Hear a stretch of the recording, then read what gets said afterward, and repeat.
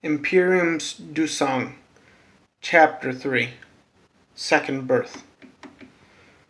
For years that rolled on, I kept this home my home, until one night an inhuman man would discover my intent.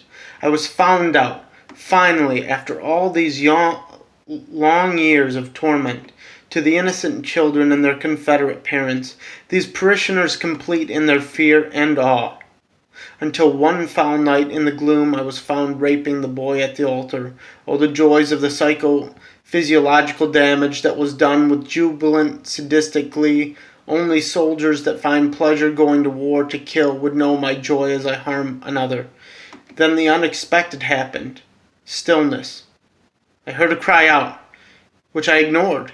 Another weak whimper I did not stop, thinking it might be the boy emphatically crying out, as he often did.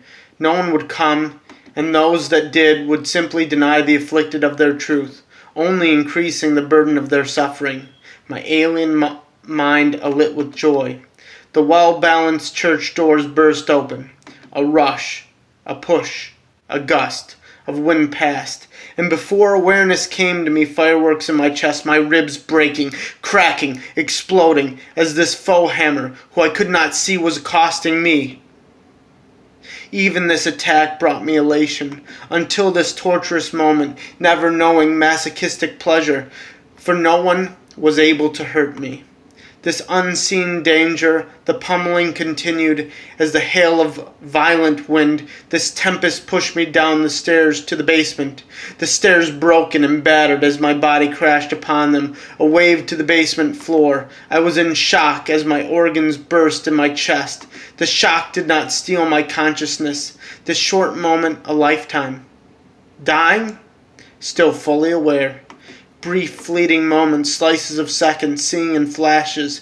This gigantic man clad in ancient armor, an arm smashing my flesh, and giant black raindrops fell upon me. Only it wasn't rain. It was blood.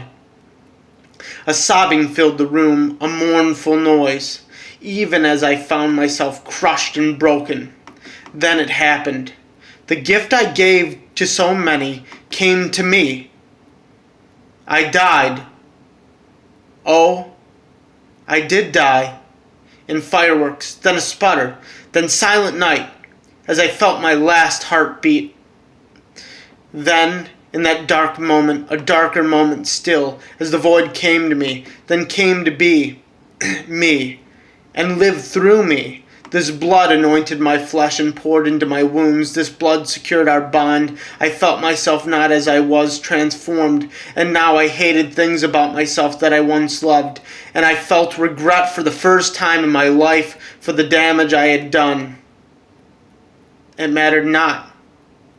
I could not confess. My jaw was too broken.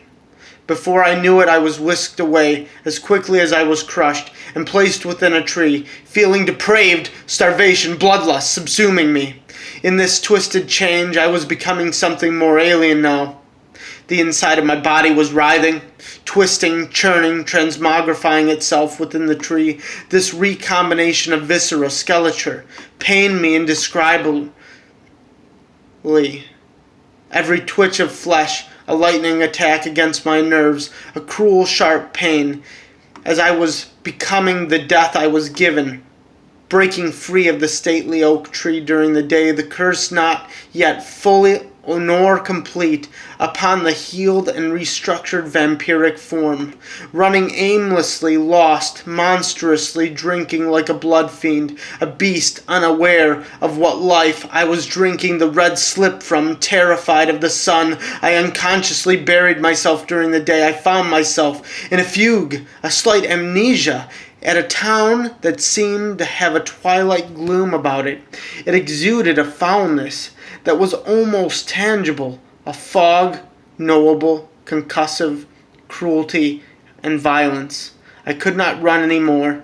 Seizures struck me. My body was seized. I no longer in control. First I felt the fits without my mind, as the white waves washed over me. Then I had a glimpse, a presence spoke to my soul, and I knew this presence from the Gospel of Thomas. In this state, the best moments of my life rushed through me, retelling my story, as if I was only a viewer to my life's events.